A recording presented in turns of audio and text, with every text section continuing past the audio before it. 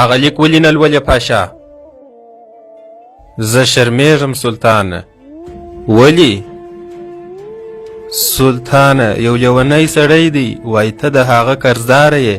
ما هغه ماڼۍ ته راوغوښتی، لږ څه مې ورکړه خو هغه انکار وکړ. هغه چیرې دی؟ هغه همدلته دی سلطانه. هغه ته اجازه ورکړه. په سترګو سلطانه. زویه هغه کس راوغواړه.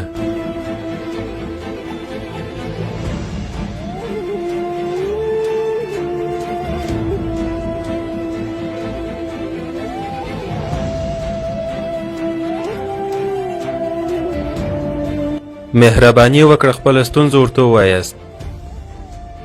زما سلطانه تاسو ماته پیسې راکړي.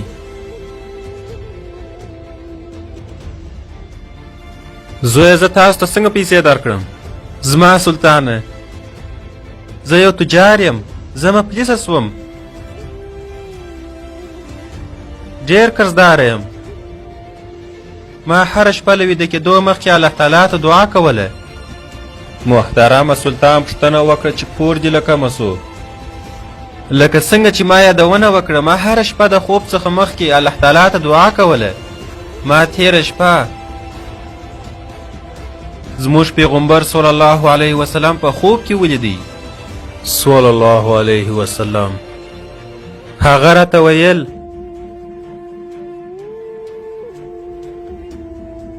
زموږ حامد ته ووایه. ویل یې چې هغه پر ما هره شپه درود وایي، خو تېره شپه یې درود ویل هیر سول. ته ورسه چې هر څه ورڅخه غواړې هغه یې درکوي.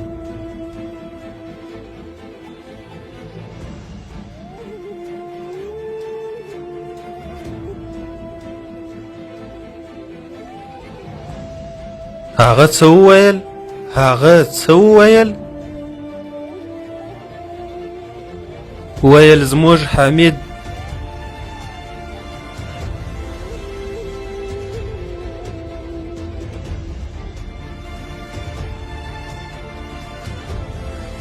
واخله زویه.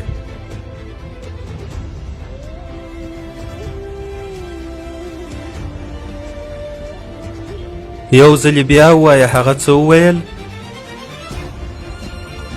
ویل زموږ حمید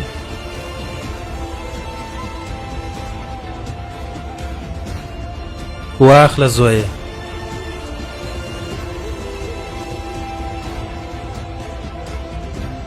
یو ځلې بیا ووایه هغه څه وویل؟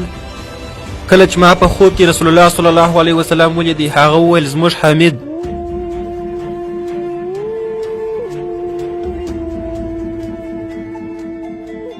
واخله. یو ځلې بیا ووایه هغه څه وویل؟ ویل زموږ حمید.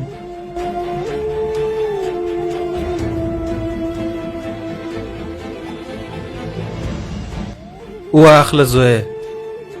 محترمه ایا دا ستاسو لپاره بس نه دی؟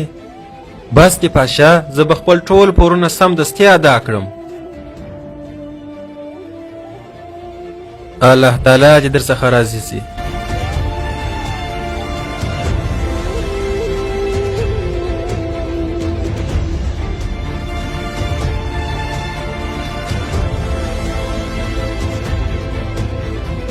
زما سلطانه زه بیریدم ممکن هغه هر څه چې تاسو یې لرئ. تا څه وویل پاشا؟ په الله تعالی قسم که هغه زما ټول مال او سلطنت غوښتي وای، ما به هغه ته ورکړی وای. ما تېره شپه کار کوه پاشا، زه یوازې په میز بیده سوی وم. زما درود ویل هیر سوي وه. ما خطا وکړه پاشا، الله تعالی دې راته بخښه وکړي.